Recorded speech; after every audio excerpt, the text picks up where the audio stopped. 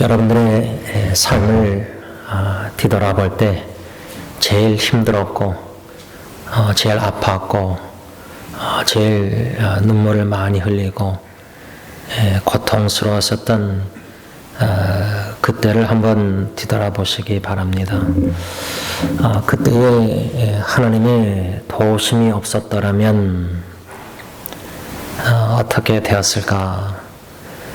지난날을 인생을 뒤돌아보면서 제일 도움이 절실히 필요했을 때 하나님께서 우리를 어떻게 도우셨는가를 기억하길 원합니다.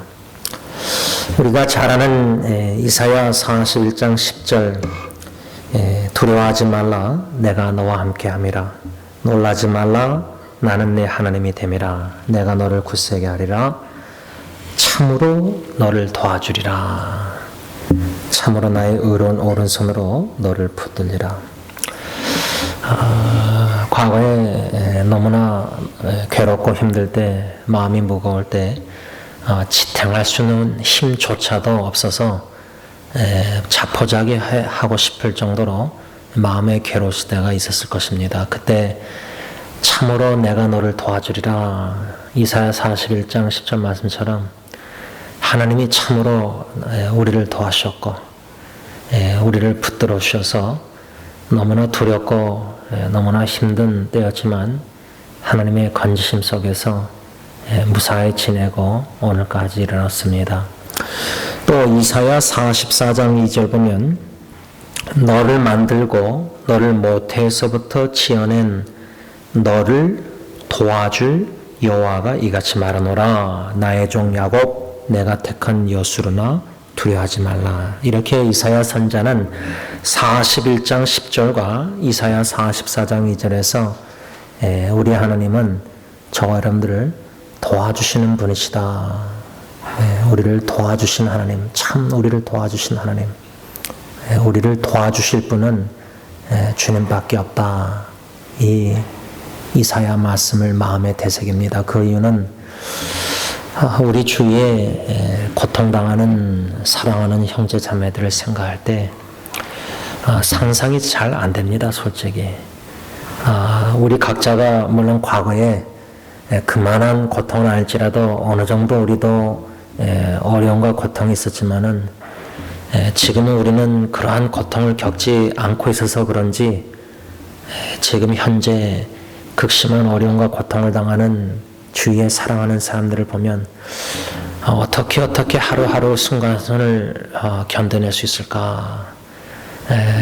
질병의 고통, 또 정신의 질환인가 여러 가지 고통 중에 있는 지체들 당사자뿐만 아니라 그들을 사랑해서 돕는 가족, 간호하는 가족 식구들조차도 얼마나 그 짐이 무겁고 마음이 힘들고 자기 자신들도 심지어 병이 걸릴 수 있는 두려움 속에 있다고 생각합니다. 이럴 때 도움을 청해서 그 소식을 듣고 우리가 기도하고 있지만은 어느 시점에 우리의 삶을 뒤돌아보면 이거는 어느 누구에게 도움을 청해서 될 일이 아니라 오직 나를 도와주시는 오직 주님만이 도우실 수 있다. 그럴 때가 있습니다. 그걸 어디서 할 수 있냐면 우리가 지난 수요기도 때 배운 말씀 보면은 왜 하나님께서 이스라엘 백성들을 가까운 길 애굽에서 건져내셔서 가나안 땅으로 향함에 있어서 가까운 길인 지름길이라 할까 블레셋을 통과하면 되는데 전쟁하면은 두려워서 다시 애굽으로 돌아갈까봐 하나님께서 멀리 돌려 어디요? 홍해 바다 앞으로 광야로 인도하셨다 할 때 홍해 바다 앞 광야는 어느 누구의 도움을 받을 수 없는 상황이었습니다. 동서남북 갇힌바되어서 앞으로도 못 가고 홍해 바다 뒤에는 또 바로 왕과 애국 군대가 추격해 와 있고 갇힌 바 되었다고 바로왕은 생각했는데 실제로 갇힌 바 되었습니다. 그런데 우리의 삶을 뒤돌아볼 때 제일 어렵고 힘들 때 많은 분들이 기도해주고 사랑해주고 다 도와주고 했지만은 인간적으로 불가능한 상황, 특히 생사의 갈림길에 놓이는 사랑하는 사람들이 예를 들면 의사가 최선을 다했습니다. 더 이상 병원에서 할 수가 없습니다. 그런 마지막 통보를 들었을 때는 이젠 더 이상 의학적으로 의사 인간적으로는 어느 누구의 도움을 받을 수 없는 마치 홍해바다 앞에 동서남북 갇힌 것처럼 아무 문제 해결점이 전혀 보이지 않는 막막한 동서남북 갇힌 바 된 그런 적도 우리가 다 겪고 보았습니다. 그때 이스라엘 백성들은 상황을 보고 원망했지만 모세는 위를 바라봤습니다. 하나님을 바라봤습니다. 여러분, 왜 우리가 하나님을 바라봅니까? 어느 누구의 도움을 더 이상 청할 수 없을 때, 더 이상 도움을 받을 수 없다는 사실을 알게 되었을 때 주님만이 우리를 내 사랑하는 사람들을 질병과 고통과 생사의 갈림길에서 주님만이 도와줄 수 있기 때문입니다. 그래서 우리가 정정 기도회 때 불렀던 찬송가 나 주의 도움 받고자 주 예수님께 빕니다. 그 구원 이루어주세요. 그 건져주세요. 내 힘과 결심이 약해서 날마다 쓰러지고 상황을 바라보면 또 낙심되고 두렵고 걱정되고 염려가 되고 그때마다 우리가 그 찬양을 얼마나 간절히 불렀습니까? 나 주의 도움 받고자. 오늘 이 수요기도에도 우리 자신들뿐만 아니라 우리 주위에 참 너무나 도움이 절실히 필요한 특히 도움이 너무나 절실히 필요할 때 따뜻한 한마디 미소 큰 것이 필요하다고 생각하지 않습니다. 마음 중심에서 그리스도의 사랑으로 다가가서 필요할 때 도움이 필요할 때 도움을 줄 수만 있다면 그런데 도와주고 싶어도 내가 부모로서 또 사랑의 형제로서 아무 도움이 안 되는 지경까지 이를 수가 있습니다. 그럴 때 오늘 이 이사야 41장 10절 44장 2절 말씀처럼 참으로 너를 도와주리라고 약속하신 우리를 도와줄 여호와 하나님, 우리의 도움이 되시고 도와줄 주님, 그 주님만을 바라봐야 된다 그 말입니다. 오늘 본문 출애굽기 18장 3절 4절 보면 출애굽 당시에 그 모세의 두 아들 이름이 나옵니다. 이 두 아들 이름 우리가 흔하게 잘 외우고 익숙하지 않은 이름입니다. 첫째 아들 이름은 게르솜입니다. 게르솜. 둘째 아들 이름은 엘리에셀입니다. 근데 이 이름의 뜻이 아주 의미가 있습니다. 물론 이 두 아들의 아버지 모세 이름도 얼마나 큰 의미가 있습니까?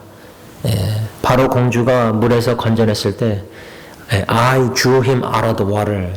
이 모세 아기 물에서 건져냈다.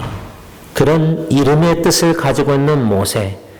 그게 우연히 바로 공주가 그렇게 이름을 졌을까? 아닙니다.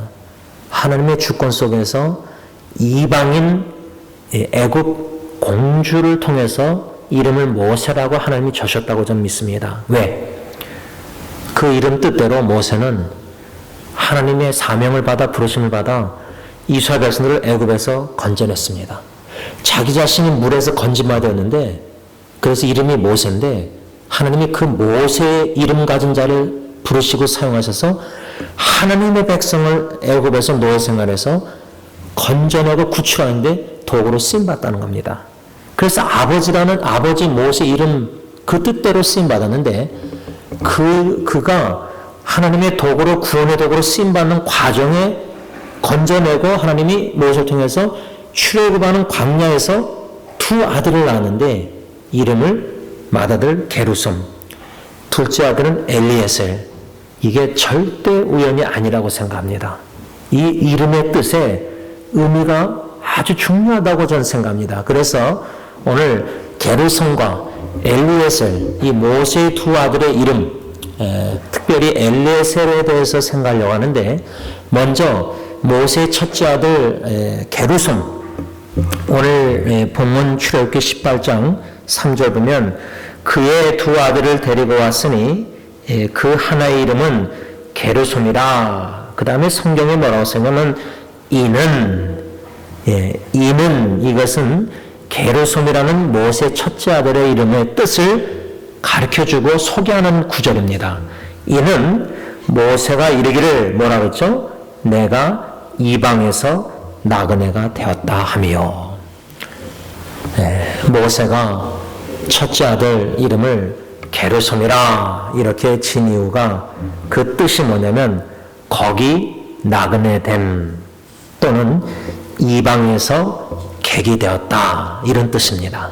다시 말하면 왜 아버지 모세가 사랑하는 첫째 아들 이름을 게르솜이라고 줬는가? 자기의 인생이 나그네 인생이었기 때문입니다. 나그네 인생. 실제로 우리가 모세 인물을 생각할 때 120년을 생각할 때 120년을 40년씩 세 개로 나눈다면은 처음 40년은 어디서 자라났습니까? 이집트, 애굽에서 자라났습니다. 거기서부터 벌써 나그네가 인생이 시작된 겁니다. 그 다음에 40년은 미디안 땅에서 또 객으로 나그네로 40년 삽니다.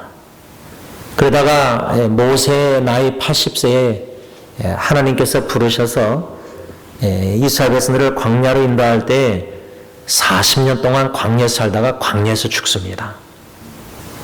약속의 땅 가나안 땅 못 들어갔습니다. 그러니 그 마지막 40년 80세 때부터 120년까지 40년 광야에서 아들을 게르솜이라 이름을 지었을 때는 자기의 지내온 인생을 뒤돌아볼 때 내 인생은 게르솜의 인생이었다.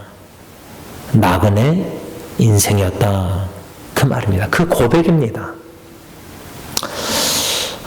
여러분 어떻습니까? 이 땅이 우리가 고향이 아니고 이 땅이 우리가 permanent home 그게 아니지 않습니까?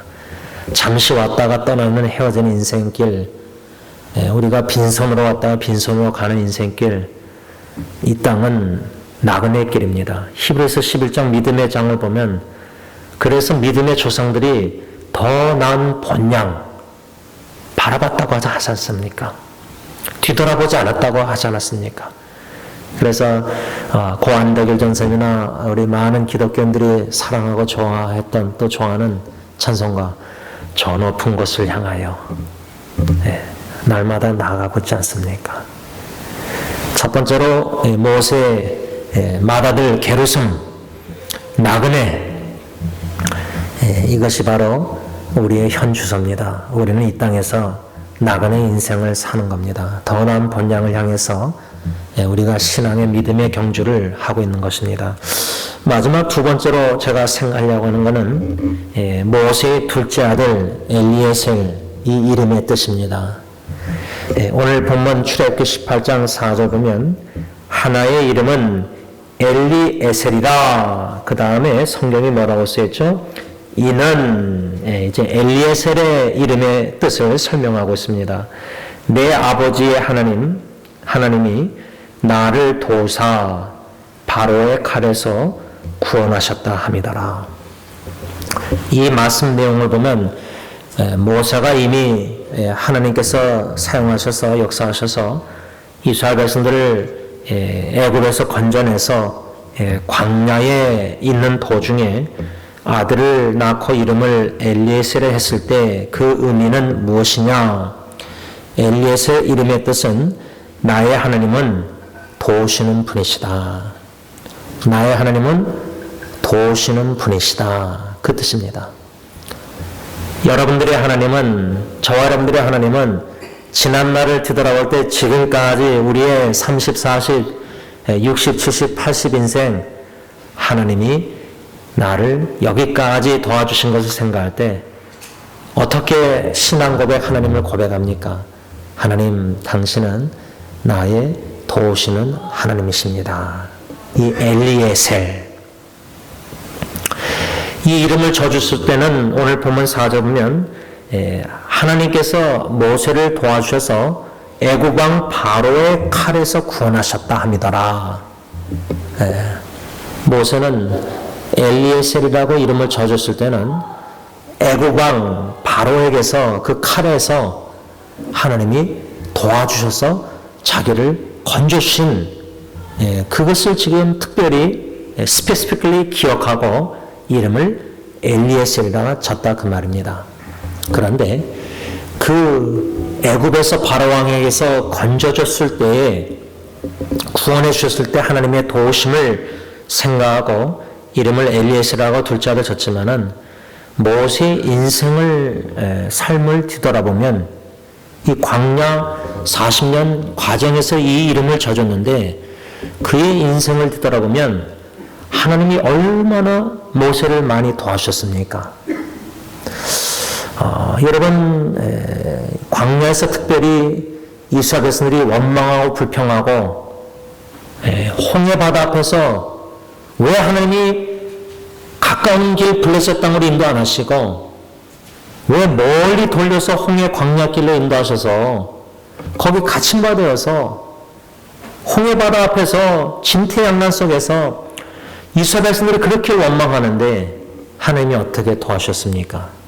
어느 누구도 도와줄 수 없는 홍해 바다 그 상황에서 하나님은 홍해 바다를 육지로 만드셨습니다.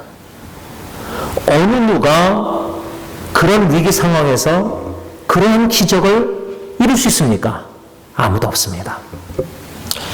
제가 사촌 여동생 암투병 중에 있는 한 1시간 40분 전화 통화하면서 하나님의 기적, 왜냐하면 암이 항암 치료했으면 줄어들어야 되는데 이게 5cm에서 8cm, 3cm를 3개월 만에 약 커진 거예요. 5cm가 주로 의사가 1년에 1cm 해가지고 약 5년 걸렸을 것이다. 5cm 될 때까지. 그걸 모르고 있었던 거예요. 그런데 3개월 항암 치료했다는데 약 3개월. 3cm면 한 달에 1cm가 커진 겁니다.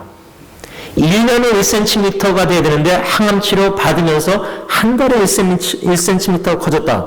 의학적으로 이게 충격 아닙니까? 마치 이스라엘 백성들을 가까운 길로 인도하실 수가 있는데 그 말은 기적적으로 암을 치유해서 암 없어지는 분들도 있는데 돌려서 홍해바다 광야 더 불가능한 상황으로 인도하신 것 같아요. 그러면 이젠 듣기로는 그 암 의사가 다른 약으로 추면 좀 리서치, 그러니까 실험 대상으로 더 좀 독한 약으로 이제 시도해 보자 하겠느냐 안 하겠느냐 그런 식으로 아마 물어봤나 본데 이제 사촌 여동생은 나름대로 기도하면서 확신 가운데 살려줄 줄 믿고 이제 마음에 평강이 있는지 그 시도를 해보겠다 그래요. 그러면서 하는 말이 저한테 만일에 이 새로운 치료 방법을 더 독한 약을 하면은 당분간 전에 치료로 돌아갈 수가 없다는 겁니다. 그렇게 되면은 하는 말이 마지막 딱 하나 옵션, 세 번째 하나 옵션밖에 없다고 합니다. 선택이. 의학적으로 좀 잘 모르겠습니다. 사촌 여동생이 간호사니까 더 잘하니까 설명을 막 했지만 제가 충분히 이해 못했지만 제가 그저 들으면서 생각된 거는 더 멀리 돌려 홍해 바다 앞으로 인도하셨을 때 이제는 그 골목길을 할까 더 이상 어느 누가 도울 수 없는 그런 마지막 옵션이랄까, 선택의 길이라 할까, 이런 거 다 겪어보지 않습니까? 생사의 갈림길에 놓여 있었던 우리 자녀들이나 배우자나 부모님이나. 그때 하나님이 홍해바다 앞에서 모세를 도와주셨습니다. 기적적으로. 그 외에도 우리가 민수기 11장을 1박 2일 금요일날 묵상하면서 60만 명이라는 보행자 이스라엘 백성들이 같이 섞여 있는 다른 민족들의 탐심, 욕심의 영향을 받아가지고 하늘에서 주시는 이 만나에 좀 싫다, 영양가도 없고 고기를 달라고 막 원망하는데 60만 명 장막에서 오니까 하나님이 진노하시고 모세가 기뻐하지 않았습니다. 그때 민수기 11장 보면 하나님의 은혜를 구하는데 지금 자기를 죽여달라고 모세가 기도합니다. 왜? 더 이상 이 고통스러운 상황 보고 싶지 않아서. 제가 그 말씀 묵상하면서 한 3분이 생각났습니다. 그 3분이 다, 2분은 암으로, 이제 장인어른은 또 이제 파킨슨 여러 가지 돌아가셨는데, 저는 그분들이 참 돌아가셨던 타이밍이 참 하나님의 적합한 완전한 타임이 아닌가 저는 생각합니다. 왜냐하면 그분들이 만일 좀 더 사셨다면은 자녀들의 어려운 일들을 보셨어야 되지 않습니까? 그런 생각을 해볼 때 하나님의 타이밍이 참 더 이상 고통을 보지 않고 모세가 죽여달라는 그 기도, 그 심정을 조금 헤아려 보려고 그렇게 묵상했습니다. 그 민수기 11장에 모세가 그런 자포자기 뭔가 그런 죽여달라는 기도하면서 은혜를 구하면서 그 문맥이 뭐라냐면, 하나님, 이 책임이 너무 무겁고 막중해서 더 이상 저 혼자 감당 못하겠습니다. 그렇게 말합니다. 60만 명이 재판 여러 가지 원망받 40년 동안 얼마나 원망하고 울고 막 그럽니까? 이제 더 이상 더 이상 견딜 수가 없고 더 이상 감당할 수 없고 저 혼자 이 책임 너무 무거워서 제가 이 낳은 자식들도 아닌데 어떻게 저를 아버지처럼 영적 지도자로 이 사람들 다 돌보도록 인도하도록. 그때 하나님이 어떻게 도와주셨죠? 지도자 될 만한 70명을 데리고 오라 그래서 하나님의 영을 부어주셔서 70명으로 하여금 모세의 짐을 나눠서 같이 함께 무거운 짐을 지게 만드셨습니다. 저는 거기서 첫 번째 하나님의 도우심을 생각할 때 내가 홀로 감당할 수 없는 이 무거운 짐, 저 같은 경우는 이제 목회인데 하나님께서 이렇게 장로님이나 여러분들을 붙여셔서 함께 이 짐을 질 수 있도록 도와주시는 것, 모든 교회 식구들. 그런데 두 번째로 민수기 11장 보면은 첫 번째는 그렇게 도와주셨는데 두 번째는 무엇을 이스라엘 백성들이 원했죠? 고기입니다. 고기. 광야에서 고기. 그때 하나님의 약속이 뭐였죠? 모세에게 한 달 동안, 하루 이틀 아니라 한 달 동안 질리도록 먹이겠다. 그때 모세가 뭐라 했죠? 이 광야에서 양이나 소나 얼마나 잡아야 되는데 이게 불가능하다는 겁니다. 그때 하나님 뭐라 하죠? 여호와의 손이 짧아졌느냐? 모세의 믿음이 짧아진 거죠. 너무나 지치고 탈진하고 죽고 싶고 자포자기 괴롭고 무겁고. 그것은 하나님만이 하실 수 있는 기적입니다. 70명 세우는 거는 그래도 하나님이 사람 70명을 불러오라 그랬지 않습니까? 지도자 될 만한 사람들. 우리의 삶 속에도 이 첫 번째 도우심, 하나님의 도우심, 누구 사람들을 붙여서 같이 기도하고 같이 울고 같이 기뻐하고 같이 짐을 져주고 도와주고 사람을 쓰시지만 두 번째 고기를 광야에서 한 달 먹이는 것, 또 우리가 요한복음이나 공간복음 사복음서에서 오병이의 기적도 보면 하나님만이 하실 수 있는 기적, 그 도우심이 있습니다. 어머니면 제 사촌 동생은 사람의 의사의 마지막 취임에 한 두 번째, 세 번째 과정을 겪고 있지만 동시에 하나님의 기적을 구하고 있습니다. 그 두 가지의 도움을 구하고 믿음으로 나아가는 가운데 이젠 더 이상 의사나 인간의 의학적인 도움이 한계가 올 때가 있습니다. 제가 그래서 제 사촌동생한테 대화하면서 자연스럽게 대화가 나온 게 죽음이었습니다. 제가 제 첫째 아기 4월 26일 결혼기념일 날 여동생이 병원에 갔다 와서 애가 죽어간다 할 때 아내가 부랴부랴 갔는데 저는 사역을 다 마치고 오후에 갔더니 손 씻고 가운 입었는데 의사가 나한테 오더니 빨리 죽게 하겠느냐 천천히 죽게 하겠느냐, 최선을 다했습니다. 선택 여지가 없습니다. 그런데 감사하게도 사촌 여동생은 하나님의 기적과 살려주실 믿고 간절히 기도하고 최선을 다하고 싸우고 있는 가운데 자신의 죽음조차도 다 생각하고 있더라고요. 오빠 그러면서 그 인간의 한계에 이제 마지막 단계가 와서 예를 들자면 뭐 저희 첫째처럼 빨리 죽느냐 천천히 죽느냐 할 때 인간의 최선의 한계가 오면은 이제 더 이상 의사나 누구의 도움을 구할 수가 없고, 제 아내의 고모부 장로님이 암으로 수술하려고 열었다가 너무 전이가 돼서 다시 덮으시고 다 치료 중단하시고 기도원에 가셨어요. 왜 그랬을까요? 의학적으로는 불가능하고 한계가 왔으니까 하나님께 금식 기도하면서 하나님이 살려주면 사는 거고 불러가시면 가는 거고, 근데 데려가셨어요.